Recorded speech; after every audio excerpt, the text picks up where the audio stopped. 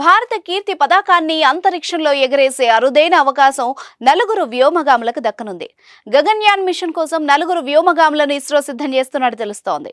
ఇప్పటికే అంతరిక్ష పరిశోధనల్లో భారత్ సత్తా ఏంటో ప్రపంచానికి తెలిసింది. అంతరిక్ష పరిశోధనల్లో అగ్ర దేశాలు అమెరికా, రష్యా, చైనాలకు సాధ్యం కానివి కూడా భారత్ చేసి చూపిస్తోంది. మీరు కొత్తగా బిజినెస్ స్టార్ట్ చేయాలనుకుంటున్నారా? మార్చ్ 16-17 హైటెక్స్ లో franchise India biggest ఫ్రో expo.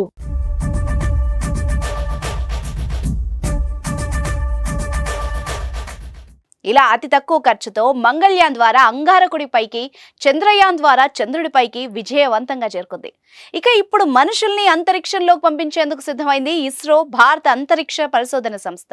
Gaganyaan పేరిట చేపట్టిన ఈ భారీ ప్రాజెక్టులో ఇస్రో మరో కీలక నిర్ణయం తీసుకుంది. 2018లో ప్రధానమంత్రి నరేంద్ర మోదీ గగన్యాన్ ప్రకటన చేశారు.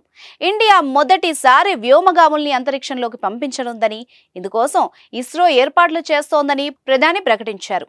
ఇలా భారత్ సత్తాను మరోసారి ప్రపంచానికి చాటి చెప్పే ఈ ప్రాజెక్టుపై సర్వత్రా ఆసక్తి నెలకొంది. అసలు భారత్ అంతరిక్షంలోకి పంపే ఈ వ్యోమగాములు ఎవరో తెలుసుకునేందుకు యావత్ భారత ప్రజలు ఆసక్తిగా ఎదురుచూస్తున్నారు. తాజాగా ఈ సస్పెన్స్ కు తెరపడి ఆ వ్యోమగాములు ఎవరో తెలిసిపోయింది.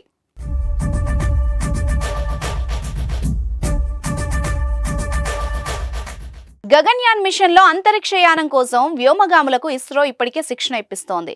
వీరిలో నలుగురిని గగన్యాన్ మిషన్ కోసం ఫైనల్ చేసినట్టు సమాచారం. వైమానిక దళానికి చెందిన పైలట్స్ ప్రశాంత్ నాయర్, అంగద్ ప్రతాప్, అజిత్ కృష్ణ, శుభాన్షు శుక్లాలను ఇస్రో అంతరిక్షంలోకి పంపించేందుకు సిద్ధమైనట్టు తెలుస్తోంది. వీరు ప్రస్తుతం బెంగళూరులో వ్యోమగామ శిక్షణ తీసుకుంటున్నారు. అయితే గగన్యాన్ వ్యోమగాములను ప్రధాని నరేంద్ర మోదీ ప్రపంచానికి పరిచయం చేశారు. నేడు తిరువనంతపురంలోని విక్రమ్ సారాభాయ్ స్పేస్ సెంటర్ వేదికగా ప్రధాని ఈ ప్రకటన చేశారు. నేడు కేరళలో పర్యటిస్తున్న ప్రధాని మోదీ ఉదయం 10 గంటలకు విక్రమ్ సారాభాయ్ అంతరిక్ష పరిశోధన కేంద్రానికి చేరుకున్నారు. ఈ సందర్భంగానే వ్యోమగాముల పేర్లను ప్రధాని ప్రకటించారు.